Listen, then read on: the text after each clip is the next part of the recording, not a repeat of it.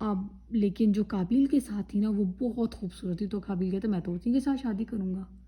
مطلب وہ کہتے کہ میں تو اپنی یعنی جو ان کے ساتھ پیدا ہوئی تھی ان کے ساتھ شادی کروں گا. تو obviously بات ہے اس ایسا تو نہیں ہو سکتا تھا، شادی نہیں ہو سکتی تھی. وہ حضرت آدم علیہ السلام اب آپ کو جو تھوڑے بڑے ہیں انہیں سمجھ آ گئی ہوگی کیا سٹوری ہے. تو جو حضرت آدم علیہ السلام ہے وہ ان کے پاس گئے، ان سے جا کے کہا جی مجھے تو کرنی نہیں ہے اس طرح شادی جو حابیل کے ساتھ ہے، جی ان کے ساتھ میں نے نہیں شادی کرنی. تو حضرت آدم علیہ السلام نے کہا ایسا تو نہیں ہو سکتا، یہ تو پاسبل ہی نہیں ہے. تو انہوں نے بات نہیں مانی. پہلے کہا چلو ٹھیک ہے ایک کام کرتے ہیں، آپ دونوں نا قربانی دیں. اب قربانی دینے کا کیا مطلب ہوتا ہے کہ آپ اللہ تعالیٰ کے راستے میں، اس ٹائم میں پتہ کیا ہوتا تھا کہ نا اللہ تعالیٰ کے راستے میں آپ قربانی دیتے تھے. مینس کہ آپ کوئی بکرا ہے یا کوئی گائے ہوتی ہے اس کو ذبح کر کے نا ایک میدان میں ایک گراؤنڈ کے اوپر رکھتے دیتے، اور اس کے بعد آسمان سے ایک آتی تھی آگ آتی تھی، اور جس چیز کے اوپر وہ آگ، لیٹ سپوز انہوں نے 2 گوٹس رکھی ہوئی ہیں، 2 گوٹس ہیں، 2 بکریاں ہیں، وہ 2 بکریوں کے اوپر نا اوپر آسمان سے ایک آ گئی اور ایک بکری کو لے گئی. تو جس بکری کو لے کے جائیں گی نا تو اللہ تعالیٰ نے قبول کر لی. مینس کہ اللہ تعالیٰ اس سے ہیپی ہو گیا، خوش ہو گیا اللہ تعالیٰ. تو ویسے والا کام ہوتا تھا. تو اب جب انہوں نے اس طرح کر کے کیا، دونوں نے قربانی کی. اب قربانی کرنے کے بعد جو حابیل اچھے والے ہیں تو اللہ تعالیٰ کو ان کی قربانی اچھی لگی، کیونکہ حابیل بات ماننے والے تھے، اچھے بچے تھے. اب جب ان کی قربانی قبول ہو گئی، اب قابیل کو چڑھ گیا غصہ کہ حابیل کے ساتھ ایسا کیوں ہوا، میری کیوں نہیں قربانی قبول ہوئی. اب انہوں نے غصے میں آ کے کیا کیا، اب دیکھیں شیطان آ گیا نا، شیطان بہت یعنی گندا بچہ ہے. تو شیطان نے کیا کیا، دلایا غصہ.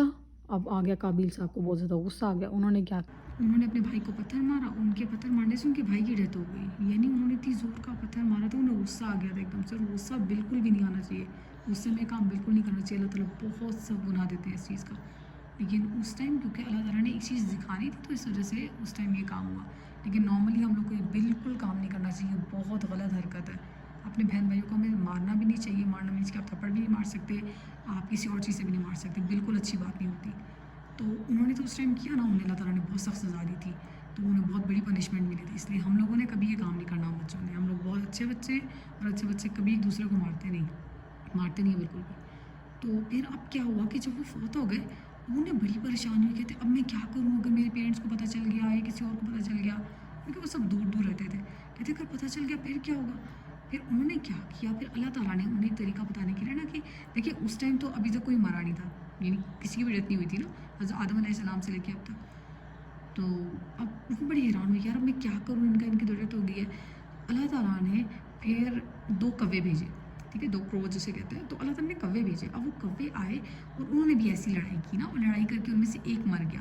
تو ایک مرنے کے بعد کیا ہوا کہ وہ نا اس نے جلدی سے کھدائی کی زمین سے نا، اپنی چونچ سے، آپ کو پتہ جو اس کی بیک ہوتی ہے اس سے کھدائی کی زمین میں، اور اپنے دوسرے جو مر گیا تھا کوا اس کو اس میں دفنا دیا. تو جو قابیل تھا اسے آئیڈیا ہوا اچھا مجھے یہ کرنا چاہیے.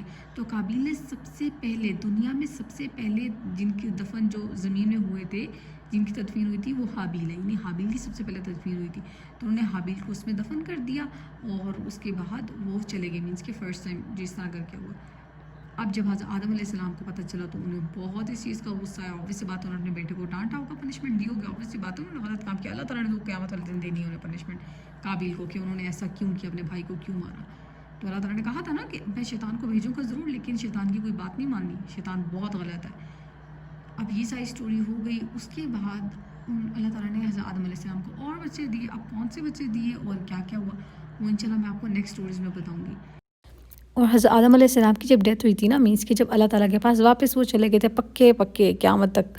تو جب وہ واپس گئے تو اس ٹائم ان کی ایج تھی 960. دیکھیں کتنی زیادہ.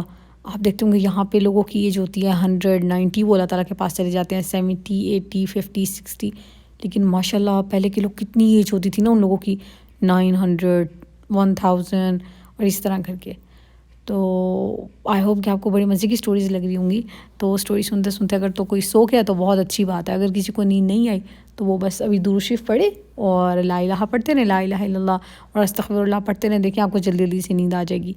اور اگر آپ لوگ کو میری اسٹوریز بہت مزے کی لگ رہی ہے نا، تو اپنی ماما بابا سے کہیے گا کہ میرے چینل کو ضرور سبسکرائب کریں تاکہ وہ آپ لوگ کو مزے کی اسٹوریز سنائیں، اور انسٹا پہ بھی فالو کریں. پھر اللہ حافظ، مع السلامہ.